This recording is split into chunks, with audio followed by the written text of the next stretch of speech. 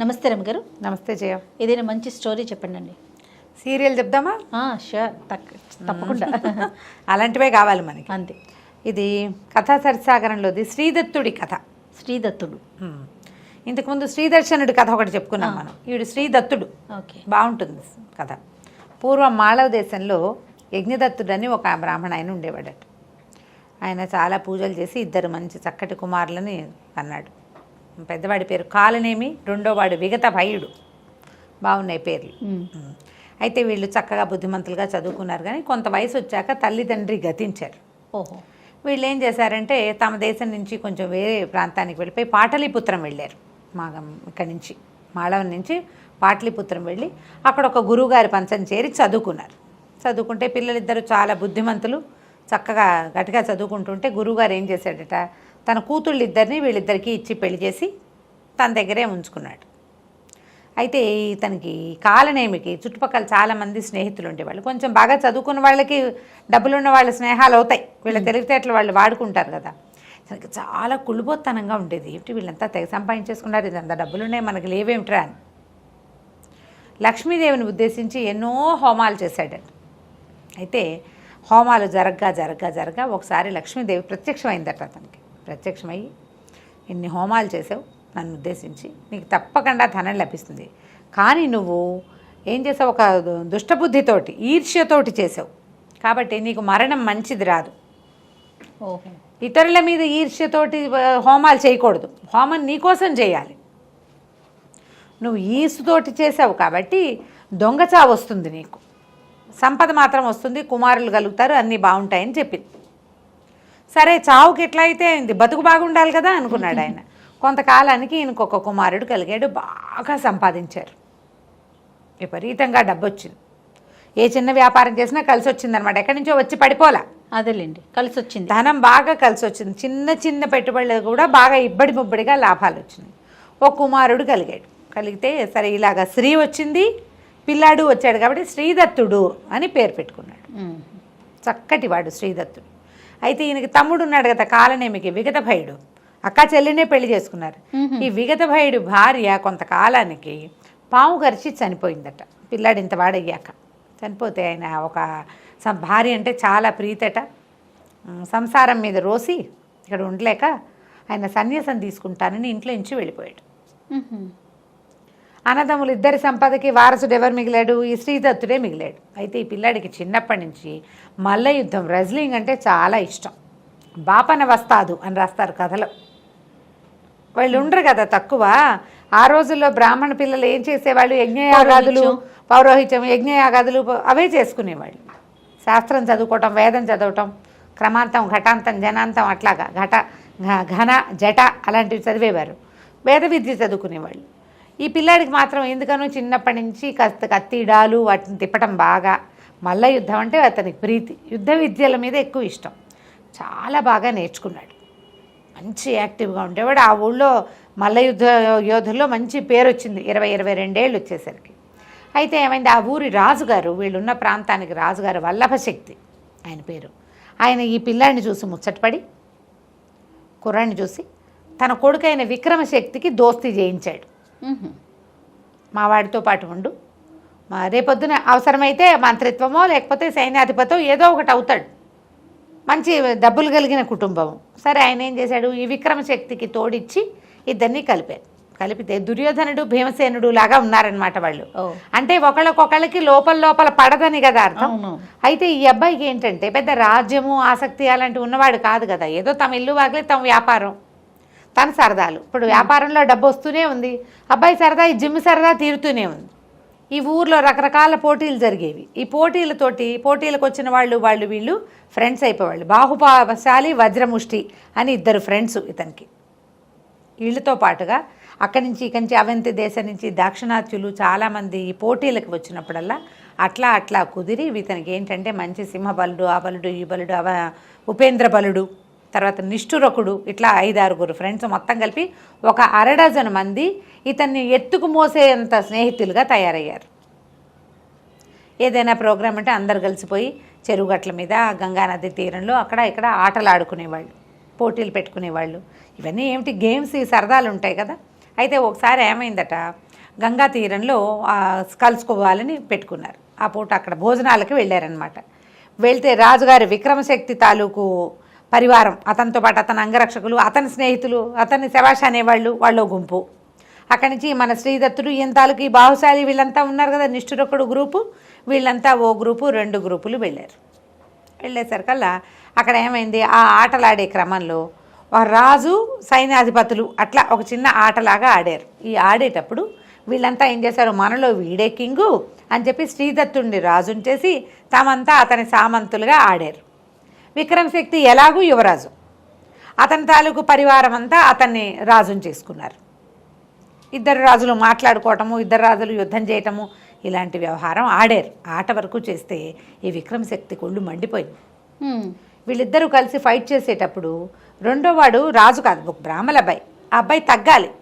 వాడు వాళ్ళ యుద్ధం చేయటమే ప్రాక్టీస్ ఉన్నవాడు. వాడు ఎందుకు తగ్గుతాడు? వాడు తగ్గపోయేసరికి ఇతనికి ఒళ్ళు మండిపోయింది. వీడు నన్ను మించిపోయేలాగా ఉన్నాడు, వీడిని ఎలాగైనా అణిచేయాలని అనిపించింది. స్నేహితులు కొందరు కూడా దానికి తగ్గట్టుగా, ఏంటి నువ్వు రాజకుమారుడివి, నువ్వు యువరాజువి, రేపొద్దున రాజు అవబోతావు, వీడేమవుతాడు, బ్రాహ్మణ అబ్బాయి, వీడు అయ్యేదేమిటి, మంత్రి అవుతాడు, పురోహితుడు అవుతాడు, అంతేగాని రాజు అవ్వడు కదా, నువ్వేమో రాకుమారుడివి, వీడితో నీకు పోటీ ఏమిటని, వీడు నీకు ఏ రకంగా సాటి వస్తాడని ఇవన్నీ కొంచెం ఎక్కదీశారు ఈ విక్రమశక్తి. వీడంతు చూద్దామని ఉంది ఆయనకి. అబ్బాయి ఇద్దరు దగ్గర వయసు వాళ్ళు, 22-23 సంవత్సరాలు వాళ్ళు. సరే ఏమైంది, విక్రమశక్తి ఆట చాలించుకుని పరివారంతో వెళ్ళిపోయాడు. స్నేహితులంతా వీళ్ళు గంగా నదిలో ఈతలు కొట్టడానికి అక్కడే ఉండిపోయారు. ఇంతలో ఏమైంది, దూరంగా గంగలో ఎవరో ఒక అమ్మాయి తేలుతూ కనపడుతోంది, కొట్టుకుపోతున్నట్టుగా ఉంది, మునగానం తేలానంగా ఉంది. ఉండేసరికల్లా స్నేహితులంతా ఒరే అక్కడ సుడుంది, వద్దురా అంటున్నా కూడా వినకుండా ఈ శ్రీదత్తుడు ఏం చేశాడు, గంగలో అదే పనిగా పరిగెత్తాడు, లోపలికి వెళ్ళిపోయాడు. వీళ్ళు కేకలు పెట్టారు, వెనక్కొచ్చే వడి పెరిగిపోయింది, రా అన్నారు. రాలేదు, పోలేదు. అక్కడ చుట్టుపక్కల చేరిన బెస్తవాళ్ళు వాళ్ళు ఉంటారు, బాబు అక్కడ అన్నీ సుడిగుండాలండి, ఆ అమ్మాయి అందులో పడిపోతుంది, ఆయన అయ్యగారు కూడా వెళ్ళిపోయాడని వాళ్ళు గోల పెట్టారు, లబో దిబోమన్నారు ఫ్రెండ్స్. వీళ్ళకి అతను ఆచూకీ దొరకలే. గంగలో దొరికినంత మేర ఇదేరు చూశారు, అమ్మాయి కానీ ఇతను కానీ దొరుకుతారేమో, వీరు దొరకలేదు. ఈ నీళ్ళల్లో మునిగిన వాడు అక్కడ దాకా వెళ్తే ఏమైంది, ఆ అమ్మాయి జడ పుచ్చుకున్నాడు, జడ దొరికింది. ఆ జడ గట్టిగా పుచ్చుకున్నాడు, కానీ ఆ అమ్మాయిని ఆపలేకపోయాడు, ఎక్కడికో దిగిపోయినట్టుగా అయిపోయింది. ఆ గంగలో మునిగిన వాడికి ఒక శివాలయం కనపడింది కింద, ఎక్కడో వెళ్ళిపోయాడు అనమాట లోపలికి. అక్కడ నీళ్లు లేవు, ఒక శివాలయం ఉంది. ఏ అమ్మాయినైతే జడ పుచ్చుకుంది తను బతికించాడో ఆ అమ్మాయి కనపడలే, మాయమైపోయింది అది. ఇతను ఏం చేయాలో తెల్ల, చుట్టూతో అంతా తోట ప్రాంగణం చాలా విశాలంగా చాలా బాగుంది, అదంతా తిరగటం మొదలుపెట్టాడు. ఇక్కడి నుంచి మళ్ళీ గంగలోకి ఎలా వెళ్ళాలో తెలియలే. మన ఇల్లు వాకిలి కాదు, ఇది మన లోకం కాదు. పోనీ ఏ అమ్మాయి వెంబడబెడతాను వచ్చాడో ఆ అమ్మాయి అసలు కనపడలేదు. ఇక ఏం చేస్తాడు, తిరుగుతున్నాడు, అటు ఇటు తిరుగుతూ ఉన్నాడు. ఏవో పళ్ళు గిళ్ళు కనపడ్డాయి, అవి కోసుకుని తిన్నాడు. ఒక బావి లాంటిది ఏదో ఉంది, నీళ్ళు చేదుకుని తాగాడు. తిరుగుతుంటే ఈ లోపల గల్లుమని గజ్జల చప్పుడు వినపడతాం.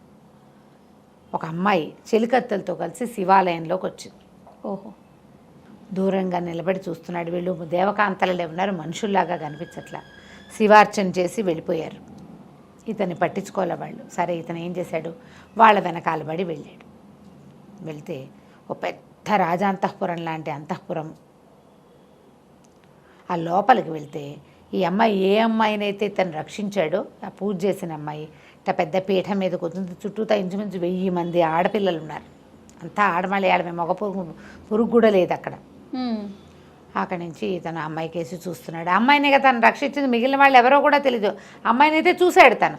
ఆ అమ్మాయి ఏడవటం మొదలుపెట్టింది, ఏడుస్తుంటే తనకు అర్థం కాలే, ఎందుకు ఏడుస్తుందో తెలీదు. ఏదో రక్షిద్దామని చేశాడు తను, అంతకంటే చేసింది ఏమీ లేదు కదా. అక్కడి నుంచి ఎందుకమ్మా ఏడుస్తావు అంటే, ఏడవక ఏం చేయం, మేము చాలా కష్టంలో ఉన్నాం, మేము మహాబలి మనవరాళ్ళం, బలిచక్రవర్తి మనవరాళ్ళం. మా తాతని విష్ణువు పాతాళానికి తొక్కేశాడు, మా నాన్నని విష్ణువే బాహుబాహు యుద్ధంలో ఓడించాడు. మాకేమో మమ్మల్ని మేము ఏం చేయాలో తెలియని దుస్థితిలో ఉన్నాము. అయితే ఈ నగరాన్ని మా విష్ణువు కైవసం చేసుకుని ఒక సింహాన్ని దీనికి కాపలా పెట్టాడు. మమ్మల్ని ఆ నగరంలోకి వెళ్ళనివ్వదు ఆ సింహం. మేము లోపలికి వెళ్ళడానికి వీల్లేదు, ఎప్పుడూ మేము ఆ గంగా నదిలో పడి ఏడవాల్సిందే, నగరం బయట ఉన్న అంతఃపురం ఇది ఉద్యానవనం, ఇందులో ఉంటున్నాము. నగరం లోపలికి వెళ్ళాలి. వెళ్తే మా తాతది అది, మా తాత పాలించే నగరం. మేము అక్కడ హాయిగా ఉండగలుగుతాం, మా సొంత ప్లేసు. ఆ ప్లేస్ని తప్పించుకుని మేము ఇక్కడ ఉండిపోవాల్సి వచ్చింది. ఎవరైనా సరే ఆ సింహాన్ని ఎదిరించే వాళ్ళు కావాలి మాకు, ఎవరు ఎదిరిస్తారు అని దుఃఖిస్తున్నాను అనేసరికి అబ్బాయి మంచి వస్తాది కదా, వీడు ఎదిరించడం అనగానే వీడికి ఉత్సాహం వస్తుంది. నేను ఎదిరిస్తాను, నేను ప్రయత్నం చేస్తానంటే ఏం చెప్పిందంటే మానవుడి చేతిలో మరణం ఉందని చెప్పాడు విష్ణు ఆ సింహానికి. ఎవరైతే ఆ మానవుడు ఇతను ఎదిరిస్తాడో వాళ్ళ వల్ల అతను సంహరింపబడితే మాకు అతనికి శాప విమోచన అవుతుంది, మాకు నగర ప్రవేశం దొరుకుతుంది. ఇలాగని అమ్మ ఏం చేస్తుంది, ప్రతిసారి ఆ గంగా నదిలో కనపడి ఎవడో ఒక పిచ్చి విధవం తీసుకొస్తుంది. ఓహో, వాళ్ళ తెలివి అనమాట. వీళ్ళు ఓడిపోతే పోయినట్టు, అంతే. గెలిస్తే గెలుస్తాడు. ఎంతమంది వచ్చారో ఇప్పటికి, బాగుంది. ఇంతమంది అమ్మాయిలు వీళ్ళ దగ్గర ఉన్న నగలు నాణ్యాలకి వ్యామోహపడి ఎవడైనా చెయ్యొచ్చు. కొంతమంది భయపడి ప్రాణాలు వదిలేసేయచ్చు, కొంతమంది గంగానదిలోనే పడిపోవచ్చు, ఏదైనా కావచ్చు. సరే, ఇతను ఏం చేశాడు, ఆ అమ్మాయిని వెంబడి పెట్టుకుని ఆ నగరానికి ప్రవేశించాడు. ప్రవేశిస్తే పెద్ద చండసింహం అది, ఎంత సింహమో. ఇతను ఆ సింహంతో కలబడ్డాడు.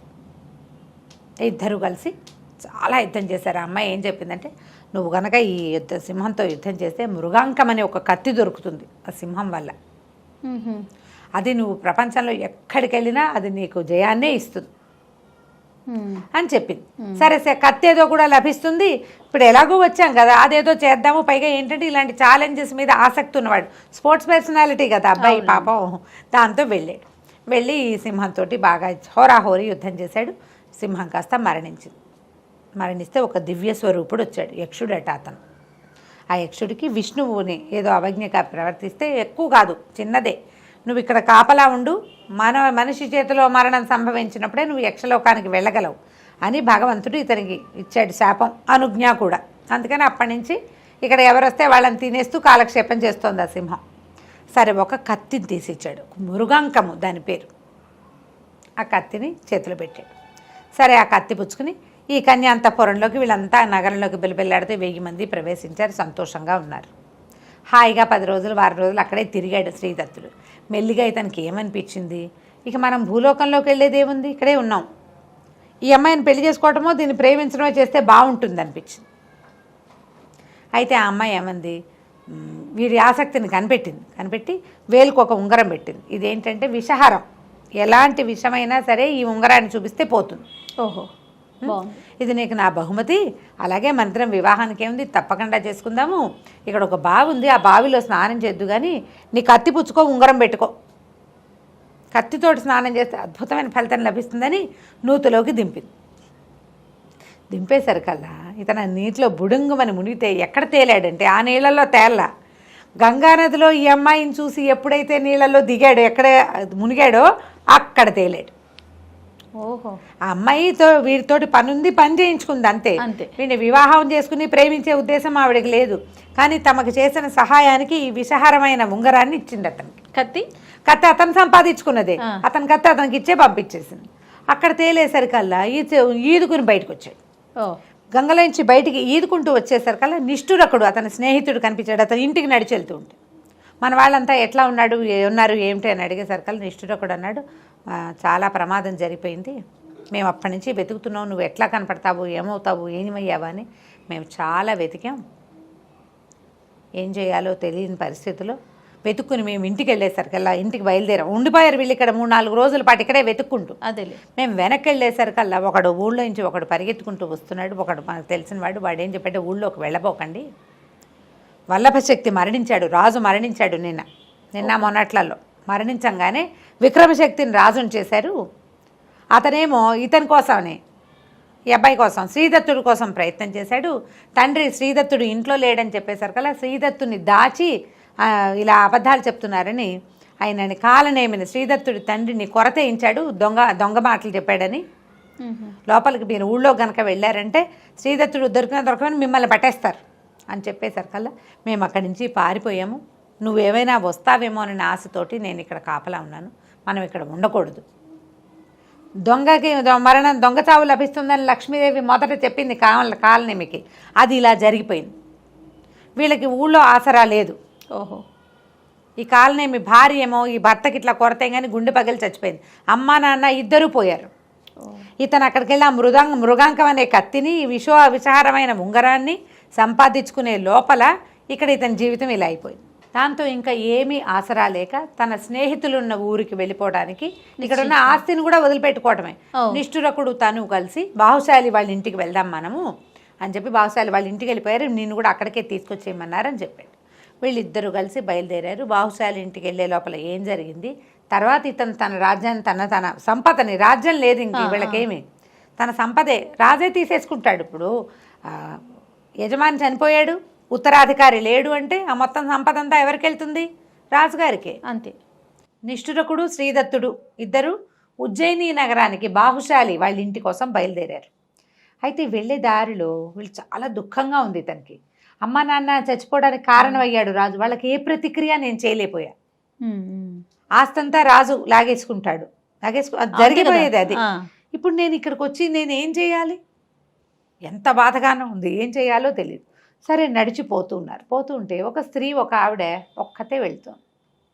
ఎవరమ్మా ఏమిటో దుఃఖిస్తోంది. ఏమిటమ్మా అంటే నేను మాళవానికి వెళ్ళాలనుకున్నా, దారి తప్పిపోయాను అని చెప్తే సరే అది ఎలా ఉంది, ఉజ్జయినికి వెళ్ళే దారులు అంతా ఏదో పాడుపడిపోయినట్టుగా అట్లా ఉన్నది, ఏదో ఒక నగరం లాగా ఉంది కానీ ఏమీ లేవు అక్కడ. ఈ స్త్రీని ఏమన్నాడు, పోనీనేమో మేము ఉజ్జయిని వెళ్తున్నాము, మాతో పాటు రా, ఈ రాత్రికి మేము ఒక పాత ఇల్లులాగా ఏదో ఇక్కడ పడుకుంటాము, మాతో పాటు నువ్వు కూడా అక్కడ పడుకో, రేపు ఉదయం లేచి అటువైపుకి వెళ్ళే దారి ఆ వైపు వెళ్ళే వాళ్ళు ఎవరైనా కనబడితే వాళ్ళతో వెళ్దు కానీ చీకటి పడిపోయింది కదా అన్నాడు. ఈ స్త్రీ కూడా ఆవిడ ఏదో ప్రౌఢ, ఒక 35-40 సంవత్సరాల దాకా కనపడుతున్నాయి. వీళ్ళు ఇద్దరు నిష్ఠురకుడు శ్రీదత్తుడు ఇద్దరు ఆహారం ఏదో తీసుకున్నారు, ఆవిడ కూడా ఏదో పెట్టారు, లోపల పోయి పడుకున్నారు. పడుకునేసరికల్లా ఈ 3:30-3:30 అట్లా అయ్యేసరికి శ్రీదత్తుడికి వాళ్ళ అమ్మ నాన్న కల్లోకి వస్తున్నారు. బాగా అలసిపోయాడు, పడుకోగానే నిద్ర పట్టింది. కానీ నాన్నో అమ్మో కల్లోకి వచ్చి మెలకు వచ్చింది. మెలకు వచ్చేసరికల్లా అదంతా చుట్టుపక్కల ఏదో విచిత్రమైన వాసన వస్తున్నట్టు, అటు ఇటు చూసేసరికల్లా ఆ స్త్రీ ఎవరైతే ఉందో ఆ అమ్మాయి ఆ నిష్ఠురకుడిని తింటోంది. ఒక రాక్షసి స్వరూపంలాగా ఉంది. దగ్గరికి దూరం నుంచి చూస్తే ఆ అమ్మాయి అనుకున్నాడు, దగ్గరికి వెళ్ళి చూస్తే ఏముంది, రాక్షసి తినేస్తుంది, నిష్ఠురకుడిని చంపేసింది. అక్కడి నుంచి ఇతను కంగారు పడ్డాడు, ఏం చేయాలి? అప్పుడు అతనికి మృగాంకం కత్తి ఉంది కదా, ఆ కత్తి పుచ్చుకుని ఆవిడ మీద కలిపడ్డాడు. కలిపడితే మళ్ళీ విదిలించేసుకొని మళ్ళీ నిష్ఠురకుడి మీద పడిపోతుంటే ఏం చేశాడు, వెనక నుంచి ఇట్లా సీగ పట్టుకుని మెడ నరకబోయాడు. నరకబోయేసరికి ఎప్పుడైతే ఈ సీగ పట్టుకున్నాడో జుట్టు పట్టుకోగానే వెంటనే పెద్ద మోతొచ్చి ఆ రాక్షసి మాయమైపోయి ఒక అప్సరస ప్రత్యక్షమైంది. నేను అప్సరసని ఆయన, అప్సరసని నన్ను చంపద్దు, నాకు ఒక శాపం ఉంది, కౌశికుడనే మహామునికి చాలా తపస్సు చేసుకుంటుంటే నన్ను ఆయన్ని మోహింపజేయడానికి పంపించారు. నేను ఎంత అందంగా నాట్యం చేసి, ఎంత బాగా పాడి, ఎంత బాగా వీణ వాయించినా ఆయన నాకేసి చూడలేదు. తపస్సు భగ్నం చేయాలి, అది మా పని. అందుకని నేను ఈ అందాల రూపాన్ని వదిలిపెట్టేసి రాక్షసి రూపం ధరించి ఆయన్ని భయపెట్టడానికి పెద్ద పెద్దగా కేకలు పెట్టాను. ఆయన అది చూసి కళ్ళు తెరిచి, నువ్వు రాక్షసు వైపో, ఈ రూపంతో నన్ను బెదిరిస్తావా, విరుచుకు తిను కనపడ్డ వాళ్ళందరినీ, ఎవడైనా మానవుడు నీ సిగబడితే కానీ నీకు సరి రూపం రాదన్నాడు. అప్పటి నుంచి నేను ఇక్కడే ఉండి ఈ నగరంలో ఉన్న జనాలందరినీ తిన్నాను. నేను అదంతా నగరం ఉన్నవాళ్ళందరూ తినేసింది, అది ఉన్నాను. ఎవడైనా నా సిగబట్టే మానవుడు వస్తాడేమో అని చూస్తూ నువ్వు నా సిగబట్టుకోవటం వల్లే నాకు విముక్తి వచ్చింది అని చెప్పి నీకేం కావాలో కోరుకోండి, నాకేం కావాలమ్మా, నిష్ఠురకుడిని బతికించు, వాడు ఒకడే నాకు ఇప్పుడున్న దిక్కు అంటే నిష్ఠురకుడిని బతికించింది. ఆ బతికిన నిష్ఠురకుడిని తీసుకుని ఇతను మెల్లిగా ఉజ్జయిని నగరానికి వెళ్ళిపోయాడు. తెల్లవారేసరికల్లా ఉజ్జయినికి బయలుదేరారు. నడుచుకుంటూ పోయి ఆ బాహుశాలి వాళ్ళ ఇంటికి చేరారు. బాహుశాలి ఇంట్లోనే ఇతని తాలూకు స్నేహితులు మిగిలిన వజ్రముష్టి, ఉపేంద్రనాథుడు వీళ్ళంతా అక్కడే ఉన్నారు, స్నేహితులంతా ఉన్నారు. ఇక వాళ్ళతో పాటు ఉండిపోయారు. బాహుశాలి వాళ్ళ నాన్న అని బాగా చక్కగా చూసుకున్నారు. అయితే ఆ కాలంలో ఉజ్జయిని నగరానికి శ్రీబింబకుడు అనే ఒక రాజు ఉండేవాడు. శ్రీబింబకి ఆయన పేరు, బింబకి. ఆ రాజుగారికి మృగాంకవతి అని ఒక మహాసౌందర్యవతి అయిన కూతురు ఉందట. వీళ్ళు సరదాగా కాలక్షేపం చేస్తున్నారు. ఇక్కడ వీళ్ళకి ఉద్యోగాలు సద్యోగాలు ఏం లేవు. అక్కడ ఉన్న జిమ్ ఒకటి ఉంది, వాళ్ళకి నేటివ్ జిమ్స్ ఉండేవి అప్పట్లో, వ్యాయామశాలలు, వాటికి తిరుగుతూ ఉండేవాళ్ళు. అయితే ఒకసారి ఏమైంది, వసంతోత్సవం ఏదో జరిగింది. వసంతోత్సవంలో రాజకుమార్తెని కనపడింది ఇతనికి. కనపడితే ఇతని మనసు ఆమె ఎందు లగ్నం అయిపోయింది. అంతకుముందు ఇతను విద్యుత్ ప్రభను చూశాడు. ఎక్కడ ఆ సముద్రంలో దొరికింది కదా ఒక ఆవిడ, అవును, బలిచక్రవర్తి మనవరాలు విద్యుత్ ప్రభ ఆవిడ పేరు. విద్యుత్ ప్రభ మీద కొద్ది రోజులు గడిపాక మనసు వచ్చింది ఇతనికి, ఇక్కడే ఉన్నాను కదా ఈమెను చేసుకుందామని. కానీ ఈ మృగాంకవతిని మాత్రం చూడగానే ఇతని మనసు దోచుకుంది అమ్మాయి. ఒక మూడు ఆఫ్గా ఉండిపోయాడు. సాయంకాలం ఏమన్నారు స్నేహితులు, ఏరా అయ్యా ఇలా అయిపోయావు, నువ్వు డల్గా ఉన్నావు, పద ఆవిడ ఉద్యానవనంలో ఉంటుంది రాజకుమార్తె, చూద్దాం అక్కడికి వెళ్దాం. కుర్రాళ్ళు అట్లా చేస్తారు కదా, ఆ అమ్మాయి అక్కడ ఉంది బీటేద్దామని తీసుకుపోయారు. తీరా వీళ్ళు అక్కడికి ఉద్యానవనానికి వెళ్ళేసరికల్లా వీళ్ళకి ఒక స్నేహితురాలు కూడా ఒక అమ్మాయి కనిపిస్తుంది, విభావకి అనేటువంటి ఒక చెలికత్తె కూడా ఉంది. ఈ అమ్మాయి ఆ చెలికత్తె బాల్ ఆడుకుంటున్నారు, ఉన్నట్టుండి కేకలు పెట్టారు ఆడవాళ్ళంతా. రాజకుమార్తెని పాము గరిచిందని కేకలు పెట్టారు. అది కన్యాంతఃపురం, అదే కాదు ఏమన్నా దాన్ని అంతఃపురం అనకూడదు, కన్యోద్యానం అనమాట. ఆడపిల్లలు మాత్రమే ఉంటారు, వాళ్ళ కాపలా కూడా మగవాళ్ళు ఉండరు. ఈ వీళ్ళు తృతీయ ప్రకృతులు, కంచుకి అనే ఒక క్యారెక్టర్ కనపడుతుంది, ఆ కంచుకి కాపలా ఉంటాడు. సైన్యం అంతా బయటే ఉంటుంది, వీళ్ళెవ్వరూ మగవాళ్ళు లోపలికి వెళ్ళరు. ఆ పెద్ద పెద్ద కేకలు పెట్టారు ఆడవాళ్ళంతా, రాకుమార్తెని పాము గరిచిందంటే కంచుకి హైరాన్ పడుతూ బయటికి పరిగెత్తుకొచ్చాడు. రాకుమార్తెని పాము గరిచింది, ఎవరినైనా వైద్యగాళ్ళని పిలుచుకురండి, వైద్యుల్ని పాముల వాళ్ళని కేకేసుకురండి అని పెద్ద పెద్దగా గోలుగా అరుచుకుంటూ వచ్చేసరికల్లా సరే ఇతను చెప్పాడు, నా దగ్గర ఉన్న ఉంగరము విషహారం అని చెప్పింది విద్యుత్ ప్రభ. ఏం చెప్పింది? విషం పోతుంది అని చెప్పింది కదా. అక్కడి నుంచి బాహుశాలి వీళ్ళు కేకలు పెట్టారు, మా దగ్గర ఒక స్నేహితుడు ఉన్నాడు, వారి దగ్గర ఉంగరం ఉంది, అతనికి మంత్రం కూడా తెలుసు, ఎలాంటి విషయాన్నైనా ఆ పాము ఈ మంత్రం పనిచేసేస్తుంది, ఉంగరం పనిచేస్తుందని కేకలు పెడితే ఈ కంచు గెంచేశాడు, రా నాయన అని చేతులు గుచ్చుకొని లోపల తీసుకెళ్ళి ఆ పావు గరిచి పడిపోయి నురగలు కక్కుతున్న రాకుమార్తెకి ఆ ఉంగరాన్ని తగిలిచ్చేసరికల్లా విషం హరించిపోయి రాకుమార్తె లేచి కూర్చుంది. వెంటనే నిమిషంలో ఏం అవలా, సమయం పట్టింది కానీ జరిగిపోయింది. ఓకే, అందరూ కేరింతలు కొట్టారు, బతికేసింది ఇంకేమిటన్నారు. అంతా వెతికి పావును చంపేశారు, చంపి తగలబెట్టేసి రాకుమార్తెని అంతఃపురానికి తరలించారు. రాజుగారు తెలుసుకున్నాడు జరిగింది ఏమిటి, ఇది చాలా బాగుంది, మంచి పని చేశాడు ఈ అబ్బాయి ఎవరో అని చెప్పి రాకుమార్తెను బతికించినందుకు ఆమె ఎత్తు ధనాన్ని ఇచ్చాడట వీళ్ళకి.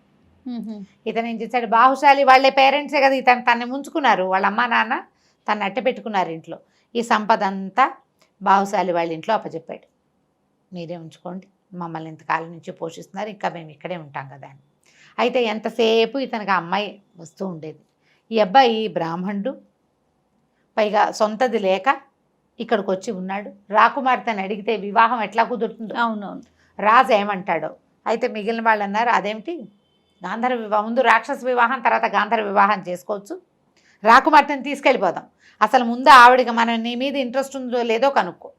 ఈ లోపల ఏమైంది, ఆ విభావకే అనేది ఈవిడ చెలికత్తి ఉంది, ఆ చెలికత్తి వచ్చింది, నేను చూసినప్పటి నుంచి మా రాకుమార్తెకి నీ మీదే మనసుంది, ఆమె ఎలాగైనా నిన్ను కలుసుకోవాలనుకుంటుంది. అప్పట్లో ఇలా ఉండేది, అమ్మా నాన్న హ్యాండ్ ఇచ్చి వెళ్ళిపోతుండే వాళ్ళ అమ్మాయిలు. తర్వాత ఏమైందో ఏ కథలోనూ తెలియదు మనకి. తర్వాత ఏం చేశారు అని. సరే వీళ్ళు ఏమనుకున్నారు, రాజుకు చెప్పద్దు, అమ్మాయిని తీసుకెళ్ళిపోదాం ముందు, ఇప్పుడు విషం హరించాడు కాబట్టి వాడికి ఇచ్చి పెళ్లి చేయండి అని అడిగి ఏమంటాడో, ఒప్పుకుంటారు ఒప్పుకోరు. ఒప్పుకోక కట్టడి చేశాడు అనుకో, ఇంకా అసలు అవకాశం పోతుంది. అందుకని అవకాశం పోగొట్టుకోకుండా రాకుమార్తెని తప్పించాలి. వీళ్ళు ఏమనుకున్నారు, నువ్వు ఆల్రెడీ అక్కడ కనపడ్డావు, నువ్వు కనపడక ఆ అమ్మాయి కనపడకపోతే నువ్వే తీసుకెళ్ళావని అనుకుంటారు. అందుకని నువ్వు ఊళ్ళోనే ఉండు, రాకుమార్తెని మేము తరలించేస్తాం బయటికి, ఓకే మేము బయటికి తీసుకెళ్ళిపోతాము, నువ్వు ఊళ్ళోనే ఉండు, మర్నాడు నువ్వు బయలుదేరిరా అన్నారు. ప్లాన్ బాగుందిగా, బాగానే ఉందని ఏం చేశారు, రాకుమార్తెని విభావకిని ఇద్దరిని ఆ ఉత్తరం రాసి మీరు ఫలానా రోజున తిరిగి ఇటు వచ్చేసేయండి, మాతో పాటు మేము తీసుకెళ్ళిపోతాం, ఇతను శ్రీదత్తుడు తర్వాత వస్తాడన్నారు. వాళ్ళు కూడా రెడీగా ఉన్నారు. రాకుమార్తె కూడా ఇతను వెనకాల పడి వచ్చేయటానికి అదో థ్రిల్లు, ఆ థ్రిల్లు కోసం ఎక్సైట్మెంట్ తోటి వాళ్ళు ఒప్పుకున్నారు. వీళ్ళు ఏం చేశారు, ఇంకా ప్లాన్ చేశారు. ఆ ఊళ్ళో కొంచెం ఏంటంటే పెద్దగా ఊరు పేరు లేని జనాలు కూడా బిచ్చగాళ్ళుగాను అలాగూ తిరుగుతూ ఉండేవాళ్ళు. ఒక తాగుబోతు బిచ్చగత్తని దాని కూతుర్ని ఇద్దరిని పట్టుకున్నారు. వీళ్ళు పట్టుకుని బాగా పీకల దాకా తాగబోయించి, మద్యశాలలు ఉండేవట అప్పుడు, పానశాల పోయించి రాకుమార్తె ఉండే అంతఃపురంలో ప్రవేశపెట్టించారు, అంతఃపురాన్ని అంటించారు. ఆ తాగుబోతు బిచ్చగత్త దాని పుత్రిక ఇద్దరు మంటల్లో మరణించారు. రాకుమార్తె విభావకి ఇద్దరు పోయారనే సినిమా ఇచ్చారు అక్కడ. ఓహో, రాకుమార్తె విభావకి ఇద్దరు వెళ్ళిపోయారు. ఆ రోజంతా ఆ ఊళ్ళోనే తిరుగుతూ అందరికీ కనపడిన శ్రీదత్తుడు మర్నాడు సాయంత్రం బయలుదేరాడు. రాకుమార్తె చనిపోయిందని రాజు రాణి ఒక ఏడుపు ఏడ్చి ఊరుకున్నారు. జనాలంతా పాపం ఏడుస్తారు, దుఃఖపడతారు. ఆ బిల్డింగ్ అంతా బాగు చేశారు. అప్పుడు ఏమిటి, ఇవి లేవు కదా మనకి, ఫారెన్సిక్ లేవు కదా, అదొక్కటే లేనట్లుంది. అదొక్కటే లేదు, మిగిలిన వేషాలన్నీ అన్నీ ఉన్నాయి. అదే కదా. అక్కడి నుంచి ఇతను బయలుదేరి వెళ్ళేసరికల్లా ఏముంది, ఈ స్నేహితులంతా దెబ్బలు తగిలిపడి ఉన్నారు. ఇదేమిట్రా ఏమైంది అంటే, మేము రాజకుమార్తెను తీసుకుని బయలుదేరిపోయాము. కొంత మట్టుకు వచ్చాక ఒక రాజపుత్ర సమూహం ఒకటి వచ్చింది. అందులో ఒక క్షత్రియ యువకుడు ఒకడు ఈ అమ్మాయిని చూసి సరదాపడి మమ్మల్ని జయించి, వీళ్ళంతా ఒట్టిగా ఏదో వస్తాదులే కానీ అంత పెద్దగా కత్తు కటార్లు తిప్పగలిగేవాళ్ళు కాదు, మమ్మల్ని జయించి అమ్మాయిని తీసుకెళ్ళిపోయారు. ఓహో. ఇప్పుడు ఆ అమ్మాయి కోసం మళ్ళీ బయలుదేరాడు. వెళ్ళగా పరుగులు తీస్తూ వెళ్ళారు. ఇతను ఉండేసరికి వాళ్ళకు కూడా ధైర్యం వచ్చింది. పరుగులు తీస్తూ వెళ్ళేసరికల్లా ఆ జనాలు కనపడ్డారు. ఇతనితో పాటు కొంతమంది దెబ్బలు తగిలిన వాళ్ళేమో వెనకాల ఆగిపోయారు. ఒకళ్ళిద్దరే వచ్చారు. వాళ్ళందరూ ఉండగానే ఇతను వెళ్ళాడు. ఆ రాజపుత్రులు ఎవరైతే సమూహం ఉన్నారో, ఎవడో వాడు ఒక చమూపతి ఎక్కడో ఒకడు వాళ్ళని పట్టుకుని వాడిని కొట్టి, అతను ఆల్రెడీ ఏ గుర్రం మీద అయితే రాజకుమార్తెని మృగాంకవతిని ఎక్కించుకున్నాడో అదే గుర్రం మీద తను మృగాంకవతి ఇద్దరు ఎక్కి పరిగెత్తారు. మిగిలిన జనానికి అందకుండా అతని స్నేహితులు కొంతమంది దెబ్బలు తగిలి అక్కడ ఉండిపోయారు. మొదట దెబ్బలు తగిలిన చోట, వీళ్ళతో యుద్ధం జరిగిన చోట, అక్కడి నుంచి ఇక్కడ ఇంకొకళ్ళు ఇద్దరు ఉండిపోయారు. ఇతను మాత్రం ఈ మృగాంకవతిని ఎక్కించుకుని ముందుకెళ్ళిపోయాడు. ఆ గుర్రం కూడా బాగా బెదిరి ఇదిగా ఉంది, పరిగెత్తాక ఎక్కడో ఓ చోట ఈ అమ్మాయి నాకు నోరెండిపోతుంది, దాహం వేస్తుందంటే, సరే ఆగు మంచినీళ్ళు తీసుకొస్తానన్నాడు. ఈ లోపల ఇట్లా గుర్రం దిగేసరికి ఆ గుర్రం ఢామని పడిపోయింది. అది ఎక్కడి నుంచి తిరిగి వస్తుందో, ఈ యుద్ధంలో దానికి 2-3 కత్తిగాట్లు తగిలేసినాయి. ఏదో తిక్కగా పరిగెత్తింది, అది కాస్త మరణించింది. వీళ్ళు ముందుకు వచ్చేసారు. స్నేహితులు లేరు, తిండి తిప్పలేవు, వీళ్ళకి ఏమీ లేవు. వాళ్ళు ఏం చేయాలో తెలియని స్థితిలో మంచినీళ్ళు తెస్తాను ఉండు అని చెప్పి వెళ్ళాడు. తిరిగి వచ్చాడా? మృగాంకవతి శ్రీదత్తుడు వింధ్యారణ్యంలో ఒక మధ్యలోకి చేరారు. గుర్రం కాస్త చచ్చిపోయింది. అమ్మాయి మంచినీళ్ళు కావాలంటోంది. సరే దాహం వేస్తుంది కదా, అదే ఉండు ఇక్కడే, ఆ చచ్చిపోయిన గుర్రం గుర్తుగా ఉంది. అమ్మాయి నువ్వు చెట్టు కింద కూర్చోబెట్టాడు. మంచినీళ్ళు తెస్తానని వెళ్ళాడు. ఇంతలో సూర్యాస్తమయం అవుతూ ఉండగా ఇది జరిగింది. ఈయన నీళ్ళకి ముందుకెళ్ళేసరికల్లా సూర్యుడు వాలిపోయాడు. అడవుల్లో ఏమిటంటే సూర్యుడు కొంచెం కుంగాడంటే చటుక్కుని చీకటి పడిపోతుంది. అప్పటిదాకా ఏంటో వెలుగున్నట్టే ఉంటుంది, ఒక్క దెబ్బకి మొత్తం చీకటి. ఈయనకి మంచినీళ్ళు అయితే దొరికాయి కానీ దారి దొరకల. ఆ మృగాంకవతి ఎక్కడుందో వెతికి తిరిగి ఎట్లాగో తెల్లవారుజాముకి తన గుర్రం చచ్చిపడి ఉన్న చోటికి వచ్చాడు. తెల్లవారుజాము అంటే 3:30-4 అయ్యేసరికి వెలుగు రావడం మొదలు పెడుతోంది. చచ్చిపడిన గుర్రం అక్కడే ఉంది, మృగాంకవతి లేదు. ఇక అమ్మాయి కోసం అటు ఇటు వెతకడం మొదలుపెట్టాడు. చెట్టు ఎక్కి చూద్దాం అనుకున్నాడు. ఈ అమ్మాయి కోసం వెతికి హైరాణలో తన దగ్గర కత్తి ఉంది కదా, మృగాంకము, దాన్ని కింద పెట్టేశాడు. కత్తి కింద పెట్టేశాడు. చెట్టు ఎక్కేసరికల్లా ఏమైంది, ఒక బోయేవాడు కనిపించాడు. ఆయన ఒట్టి బోయేవాడుగా కాకుండా ఏదో కింగ్లీ ఫీలింగులతో ఉన్నాడు, కొంచెం ఇదిగా ఉన్నాడు. నగ అది డిఫరెంట్గా ఉంది, అతను పెట్టుకున్న తలపాగా కూడా డిఫరెంట్గా ఉంది. ఎవరు ఏమిటని కేకేశాడు. అతను దుఃఖంతో దిగొచ్చి, నా భార్య ఇక్కడే ఉండాలి. ఏమిందంటే, అయ్యో నీ భార్య నా అమ్మాయి, ఈ పక్కనే ఒక పల్లె ఉంది, పల్లెకి చేరింది మీ ఆవిడ, మరి నువ్వు ఏం చేస్తావంటే బయలుదేరి, ఇప్పుడు నా పరివారం కొంత ఉంది, కొంత అతనితో పాటు కొంత పరివారం వచ్చింది అని చెప్తూ కిందున్న కత్తి తీసి చేతపుచ్చుకున్నాడు. కత్తి తను తీసుకుని, నువ్వు వెళ్ళు, నీ కత్తి నా దగ్గర ఉన్నీలే, నేను ఉంచుకుంటాను, దుఃఖంతో ఉన్నావు, కత్తే మోస్తావు కదా పాపం, అంచేత కొంత పరివారంతో కలిసి మా బోయపల్లెకి వెళ్ళిపో, అక్కడ ఉండు, నేను వస్తాను, మీ భార్య కూడా అక్కడే ఉందని చెప్పాడు. చెప్పేసరికల్లా సరే ఒప్పుకున్నాడు. ఈ దుఃఖము, అయ్యో ఇంత దూరం అమ్మాయి వచ్చిన దగ్గర నుంచి కష్టాలుగానే ఉన్నాయి. ముందు వాడెవడో ఎత్తుపోయాడు, ఇప్పుడు వీడెవడో మా ఊళ్ళో ఉందంటాడు. సరే ఏం చేస్తాడు, కాళ్ళు ఈడ్చుకుంటూ ఆ పరివారంతో కలిసిపోయాడు. ఈ రాజుగారు వెళ్ళిపోయాడు. ఈ వెళ్ళిపోయిన వాడి పేరు శ్రీచండు. అక్కడి నుంచి తీసుకుపోయారు. ఎక్కడో ఉంది ఆ పల్లె, ఒక దాంట్లోకి ప్రవేశపెట్టారు. కాసేపు విశ్రాంతి తీసుకోన్నారు. ఈయనేమో పడుకున్నాడు. రాత్రంతా అడవిలో నడిచాడా, అంతకుముందు రోజంతా యుద్ధమా, రాత్రంతా నడిచాడా, పొద్దునంతా ఏడ్చాడా. మధ్యాహ్నం అక్కడికి వెళ్ళేసరికల్లా వాళ్ళు ఇచ్చిన మంచినీళ్ళు మజ్జిగ ఇంకేదో పుట్టతైనా పుచ్చుకునేసరికి ఒళ్ళు తెలియని నిద్ర. భార్య ఇక్కడే ఉందన్న నమ్మకం, అమ్మాయి అక్కడే ఉందని. కత్తి లేదు, పెళ్ళాము లేదు, పడుకుని నిద్ర మాత్రం వస్తుంది. ఓ మరి సహజం కదా మనుషులకి. అవును. పడుకుని నిద్రపోయాడు. సరే నిద్ర లేచి చూసుకుంటే కన్ను చీకటి పడుతోంది. మధ్యాహ్నం పడుకున్నాడు కదా, లేచి చూసేసరికల్లా కాళ్ళకి 2 సంకెళ్ళేస్తున్నాయి. ఓహో. వెంటనే వెతకనందుకు భార్య శిక్ష ఇస్తుందా అన్నట్టుగా 2 కాళ్ళకి సంకెళ్ళు ఉన్నాయి. గింజుకున్నాడు, లాక్కున్నాడు. ఎవ్వరూ పలకల, ఎవ్వరూ రాల. పూట గడిచిపోయింది. ఇతను అరుస్తున్నాడు, కేకలు పెడుతున్నాడు, ఏమీ లేదు. భోజనం మాత్రం తీసుకొచ్చేస్తున్నారు. అక్కడి నుంచి అమ్మాయి ఏం చెప్పిందంటే, ఒక అమ్మాయి వచ్చి అయ్యా నీ భార్య మాకు దొరకలేదు. ఈ మా రాజు శ్రీచంద్రుడు సకల సద్గుణ సంపన్నుడు, సకలంగా అన్ని కళలు ఉన్నవాడు, తర్వాత ఏమో ఇంకా ఏమిటి అంటే సౌందర్యవంతుడు అయినటువంటి క్షత్రియుణ్ణి చండికకి బలివ్వటం కోసం నిన్ను పట్టుకొచ్చాడు. అందుకే నిన్ను మేపుతున్నారు ముప్పొద్దుల. నిన్ను బలిచ్చేస్తాడు. అదే జరగబోతోంది. నువ్వు అతన్ని కాదని ఇక్కడి నుంచి వెళ్ళలేవు. పరమ క్రూరుడు అని ఏం చెప్పిందంటే, ఈ శ్రీచంద్రుడికి ఒక కూతురు ఉంది సుందరి అని. నిన్ను చూసిన దగ్గర నుంచి నీ మీద మనసు పడింది. ఓహో. ఆమెను పెళ్లి చేసుకో. గాంధర్వ విధిని వివాహం నీతో వస్తుంది, నీ దగ్గరకు వస్తుంది. ఏదైనా కాలక్రమాన అవకాశం ఉంటే చూద్దాం, లేకపోతే ఆమె కోరిక తీరుతుంది. కనీసం ఎలాగో చచ్చిపోతావు నువ్వు అనేసరికి ఒప్పుకున్నాడు. సాయంత్రం అయ్యేసరికల్లా చక్కగా సిగ్గులు మొగ్గవుతూ ఆ శ్రీచంద్రుడి కూతురు వచ్చేసింది లోపలికి. ఒక సంఖ్యలో ఊడదీసేది, ఒకదాని సంఖ్యలో ఊడదీసేది. రాత్రిలో అతనితో గడిపి వెళ్ళిపోయేది. నెల రోజుల పైన గడిచిపోయినాయి. పొద్దున్న శుభ్రంగా తినేవాడు, పడుకునేవాడు, వెలుకుగానే ఉండేవాడు, కూర్చుని ఉండేవాడు. వదిలిపెట్టలేదు. 2-3 నెలలు పోషించి ఇంకా నున్నగా చేశాక అప్పుడు బలి ఇవ్వాలి. ఇతను క్షత్రియుడు కాదు, మనకు తెలుసు కదా, బ్రాహ్మణ యువకుడు. బ్రాహ్మణైనా క్షత్రియుడినైనా ఇవ్వచ్చు. రాజోచితమైన వేషం వేసి వాడిని బలిస్తారనమాట. అక్కడి నుంచి ఏమైంది, గడిచిపోయినాయి రోజులు. ఆ అమ్మాయి కాస్త నెల తప్పింది.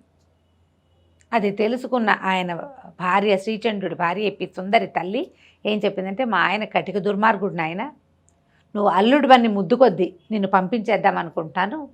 మా ఆయన్ని నమ్మడానికి వీల్లేదు. నా పిల్ల గర్భవతి అయినప్పటికీ నిన్నేమన్నా చంపేస్తాడేమో, ఎందుకంటే చండికకి మాట ఇచ్చున్నాడు ఒకడిని బలేస్తానని. అయితే నువ్వు వెళ్ళిపో, పారిపో, ప్రాణాలు దక్కించుకో కనీసం. మా పిల్లలాగూ గర్భవతి అయింది, వాళ్ళలో ఆ తప్పులు ఏం లేవు బహుశా అని చెప్పేసి ఒకనాటి రాత్రి సంఖ్యలు ఊడదీసి అతన్ని పంపించేస్తుంటే అతను చెప్పాడు, మీ ఆయన దగ్గరున్న కత్తి నాది, నాకు అది పాతాళ లోకంలో లభించిందని ఆవిడకి చెప్పాడు. ఆవిడ ఏమందంటే, నేను గుర్తుగా ఉంచుతా, నువ్వు ఏ నాటికైనా తిరిగి వస్తే నీ కత్తి నీకే అప్పచెప్తాం, పారిపోమనేసరికి ఇతను రాత్రి ఆ పల్లెలోంచి పారిపోయాడు. మళ్ళీ తన గుర్రం ఎక్కడ చచ్చిపడుద్దో అక్కడికి వచ్చాడు. ఇక వెతకటం మొదలుపెట్టాడు చుట్టూతా. ఇంతలో ఒక పల్లెకారుల యువకుడు, ఒక అతను వృద్ధుడు అంటే నడి వయసువాడు ఒకడు కనపడ్డాడు. నీవేమైనా శ్రీదత్తుడివా అని అడిగాడు. అవును, నా పేరు నీకెలా తెలుసు అంటే, నీ భార్యే కదా మృగాంకవతి అంటే అవునన్నాడు. ఆ రోజున ఒకరోజు రాత్రి మృగాంకవతి నాకు ఇక్కడ కనపడింది, నీకోసం వెతుకుతుంటే మా పల్లెకి తీసుకెళ్ళా. మా పల్లెలో ఒక బ్రాహ్మణ ఆయన ఉన్నాడు. ఇక్కడున్న బోయపల్లె కాదు, ఇది మామూలు పల్లె. అయితే ఆయనకు అప్పచెప్పా, నువ్వు ఫలానా అని చెప్పి ఆయన దగ్గరికి వెళ్ళమన్నాడు. ఆవిడకి 100 థ్యాంక్స్లు చెప్పి ఎక్కడో ఇక్కడ దొరికిన నీళ్లు తాగి కాయా కసలు తిని ఆ పల్లె వైపుకి నడవటం మొదలుపెట్టాడు శ్రీదత్తుడు. దానికోసం వెతుకుడు, ఈ అమ్మాయి కోసం వెతుకుతూ 1.5 నెలలు అక్కడ ఉండిపోయి దాని వరకు గర్భాన్ని కూడా ప్రసాదించి వచ్చాడు ఈయన. సరే ఆ పల్లెటూరుకి వెళ్ళేసరికల్లా ఆ పల్లెలో ఉన్న బ్రాహ్మడు అన్నాడు, అయ్యా నా దగ్గర లేదు, కౌశాంబి నగరం ఒక నగరం ఉంది, నగరంలో నాకు తెలిసిన ఒక మంత్రి గారు ఒక ఆయన ఉన్నాడు, పిల్లని అక్కడ అప్పచెప్పాను, ఎందుకంటే ఇక్కడ నేను ఆ పిల్లని కాపాడలేను, సౌందర్యవతి, నగా నాణ్యం ఉంది, పైగా ఈ నాగరికల అంటే ఈ పల్లెటూరు వాళ్ళకి మోజు, ఆ పిల్లని నేను కాపాడలేనని చెప్పి పాప నీ కోసం ఎంత వెయిట్ చేస్తుందో అక్కడికి వెళ్ళు నాయన అన్నాడు. సరే దానికోసం మళ్ళీ బయలుదేరటం మొదలుపెట్టాడు. మళ్ళీ వెళ్ళాలిగా, అదేదో ఊరు, అమ్మాయిని తెచ్చుకోవాలి కదా ఇతను. దారి లేదు ఇతనికి, వేరే దారి లేదు పాపం. ఇక చచ్చినట్టు అక్కడి నుంచి బయలుదేరాడు. అతను చెప్పిన నగరం ఏమిటంటే మధురా నగరం. మధురలో రాజుగారికి మంత్రిగాను ఉపాధ్యాయుడుగాను ఉన్నటువంటి ఒక ఆయనకి అప్పచెప్పాను అన్నాడు. సరే ఈ రాత్రి ఇక్కడే ఉండు నాయన మా దగ్గర, పడుకో, రేపు పొద్దునే మరి విశ్రాంతి కావద్దు, ఇదంతా నడక కదా. అవును. సరే రాత్రికి అక్కడ ఉండిపోయాడు. వాళ్ళ ఇంటో ఏదో తిని పడుకున్నాడు. మర్నాడు పొద్దున బయలుదేరాడు. ఇక నడవగా నడవగా నడవగా నడవగా రోజులు గడిచాక మొత్తానికి మధురాపురం చేరాడు. ఓకే. ఆ మధుర ఊరికి బయటనే ఒక పెద్ద దిగుడు బావి ఉంది, బాగా నిర్మలమైన జలం. సరే ఇతను ఏమంటున్నాడు, హాయిగా స్నానం చేద్దామని ఆ జలానికి దాంట్లోకి దిగాడు, దిగుడు బావిలోకి. అప్పట్లో ఎలా ఉండేవి, పెద్ద పెద్ద బావులు, లోపలికి ఇట్లా మెట్లుండి తాగడానికి వీలు, లోపల చక్కగా అంటే స్నానం చేసిన నీళ్లు విడిగా వచ్చేసేటట్టు అట్లా ఏర్పాట్లు కూడా ఉండేవాట అప్పుడు. కిందకి వెళ్ళి అందులో దిగి స్నానం చేశాడు, కాస్త దాహం తీర్చుకున్నాడు, నీళ్ళు పోసుకున్నాడు. అక్కడి నుంచి ఏం చేశాడు, పైకి వచ్చి కాస్త విశ్రాంతిగా కూర్చున్నాడు. కూర్చునేసరికల్లా అక్కడ ఒక ఉత్తరీయం ఒకటి కనపడింది. దానికి ఒక నగ కట్టి ఉంది. ఇతను బట్టలు తడిసిపోయినాయి కదా, ఆ ఉత్తరీయం కొత్తగా ఉండేసరికల్లా ఆ బట్ట తీసుకుని ఒళ్ళు తుడుచుకుని ఆ ఉత్తరీయాన్ని భుజాన్ని వేసుకుని వచ్చాడు. ఆ నగను చూడలేదా? ఆ నగ మీద దృష్టి లేదు అతనికి. దానికి ఏదో ఒక నగ మాత్రం కట్టి ఉంది. ఎవరిదో మనకేం తెలుస్తుంది, అది దొంగ వస్తువో దొర వస్తువో చూస్తే తెలియదు కదా, ఎవరికైనా పట్టుబడ్డప్పుడు తెలుస్తుంది. ఎప్పుడైతే ఇతను ఊళ్ళోకి ప్రవేశించాడో, ఇతను ఉత్తరీయం కొసన వేళ్లాడుతున్న ఆ వస్తువు చూడంగానే ఈ రోడ్డు మీద అక్కడక్కడ ఉన్న వ్యాపారస్తులు వాళ్ళు ఇదిగో ఇదే నగ, రాజుగారి నగ అని చెప్పుకోవటం మొదలెట్టారు. ఎవడో పోలీస్ స్టేషన్కి అదే సైనికాధికారికి కబురు చేశాడు. వాడు కాస్త చూసి పట్టేశారు. దొంగతనం జరిగింది, వాటిలలో ఒక నగ వీడి దగ్గర ఉందంటే దొంగల్లో వీడు కూడా ఒకడనమాట. అంతే కదా. ఏదో పరాకును భుజం మీద వేసుకున్నాడు. నువ్వు ఎక్కడి నుంచి సంపాదించే వాళ్ళ ప్రశ్నలు వేసేవాళ్ళు కదా, నగ దొరికిందంటే ఇక వాడు పట్టేయటమే. దొంగే. అక్కడి నుంచి ఈయనకి ఊరేశారు, అదే శిక్ష వేశారు, మరణశిక్ష. మధ్యస్థానానికి తీసుకుపోవటం మొదలుపెట్టారు. అయితే ఈ మంత్రి గారింట్లో నువ్వు ఉన్నటువంటి అమ్మాయి మృగాంకవతి బయట వాకిలి వరండాలో సందడిగా ఉంటే చూడ్డానికి వచ్చి నుంచోటం ఏమిటి, కనపడేసరికల్లా ఏముంది, వెళ్తున్న వాడిని చూసేసరికల్లా పోమని ఏడుచుకుంటూ లోపలికి పరిగెత్తింది. ఆ మంత్రి గారికి చెప్పింది, నా భర్తే, అతన్నే తీసుకెళ్తున్నారు, ఆయనకేం కర్మ, ఏదైనా దొంగతనం చేయాల్సిన కర్మ ఏమీ లేదు అని కేకలు పెట్టి ఏడ్చింది. ఏడవగానే మంత్రి గారు బయటకు వచ్చాడు. మధ్యస్థానానికి తీసుకుపోతున్న వాడి శిక్షను ఆపిచ్చాడు. రాజు కబురు చేశాడు, వీడెవడో దారి తప్పి ఉన్నవాడు, నా దగ్గరున్న పిల్ల కోసమే వచ్చాడు, ఇతను ఇది కాదు అని. సరే అక్కడి నుంచి అతన్ని శిక్ష తప్పించారు.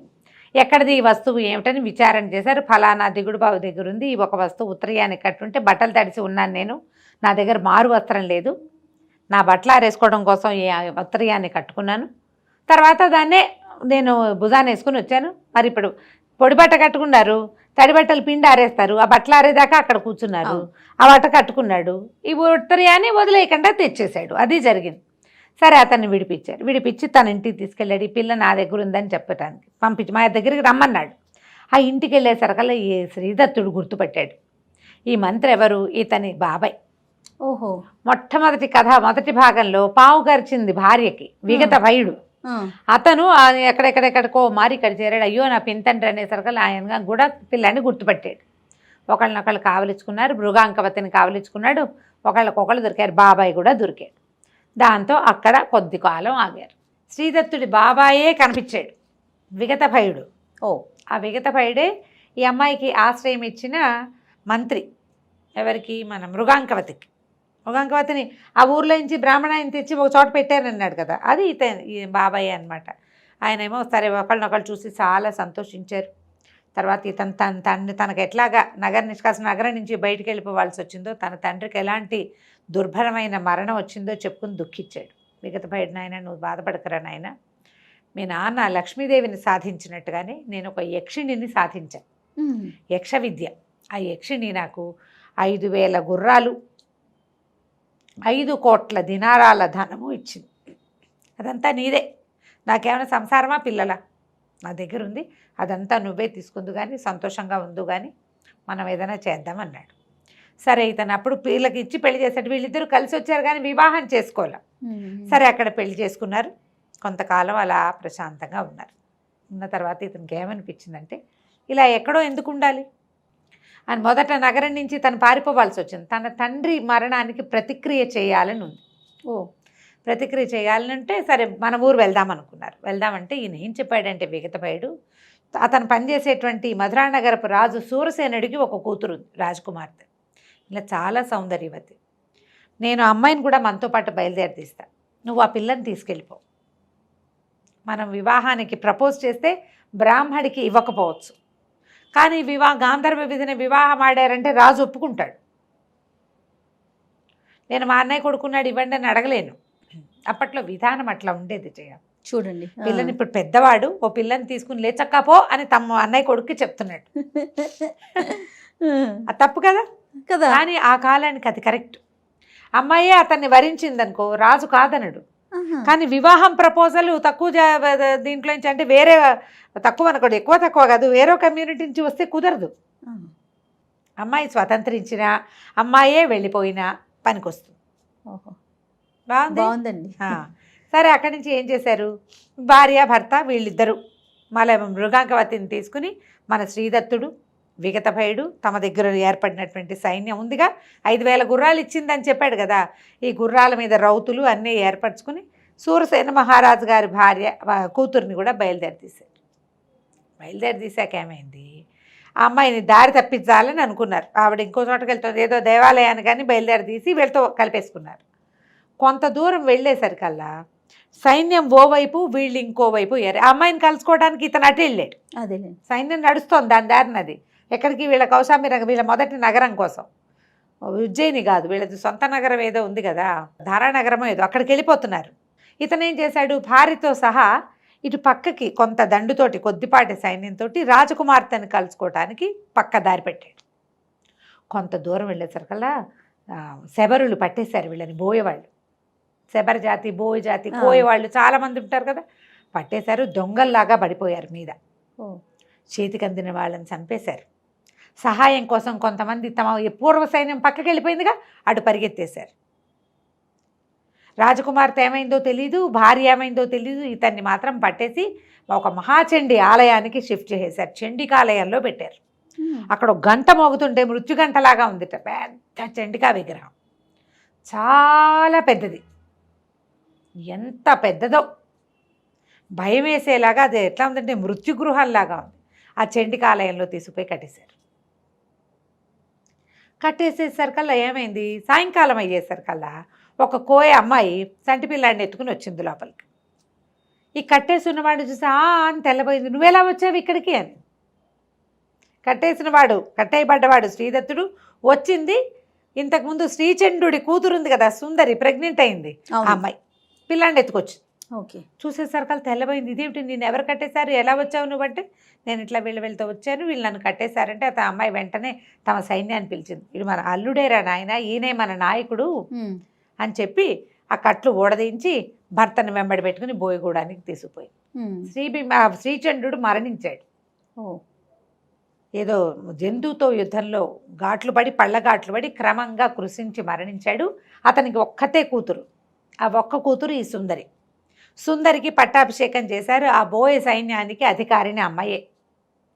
అమ్మాయి మొగుడు ఏమవుతాడు, ఆటోమేటిక్గా బోయ సైన్యానికి అధికారి అవుతాడు. అక్కడి నుంచి అమ్మాయి ఏం చేసింది, లోపల నుంచి అతని కత్తి తీసుకొచ్చి ఇచ్చింది.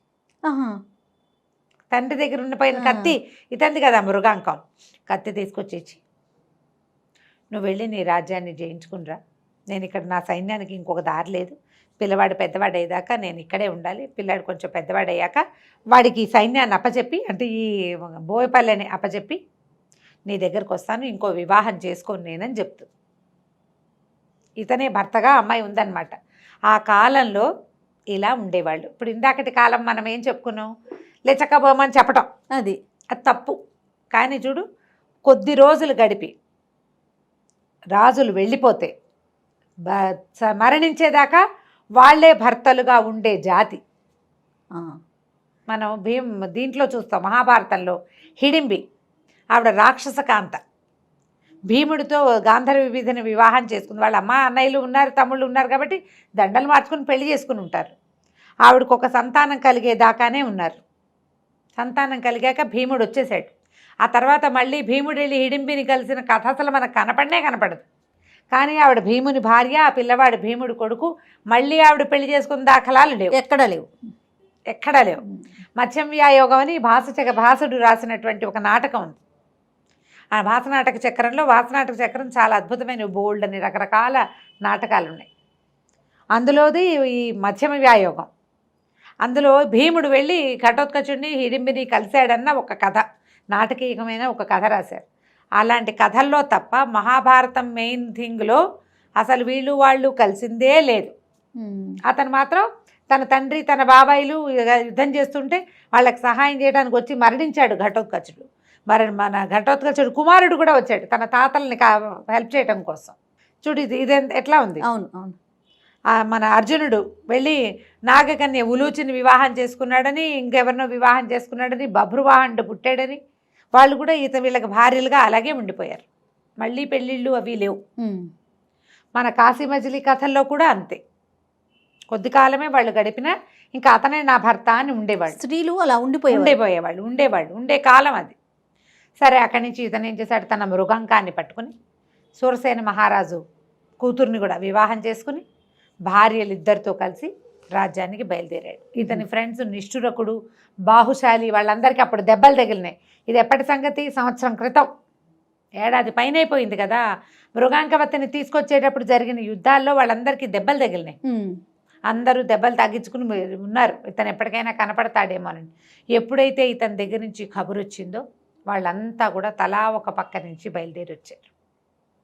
కబురు రావడంతో ముందు బాటలు అట్లా పాసాన్ చేసుకుంటూ వెళ్ళారు. వెళ్ళేసరికల్లా అక్కడి నుంచి ఏం చేశారు, విక్రమశక్తి ఎవరు, ఈ మన ఇతని తండ్రిని సంహరించినటువంటి రాజుగారి కుమారుడు, ప్రస్తుతం రాజుగా ఉన్నవాడు, అతని మీదకి యుద్ధానికి వెళ్ళి తన పాత మావగారు అంటే మృగాంకవతి తండ్రి అయిన శ్రీబింబకి, ఆ రాజుకి కబురు చేశాడు.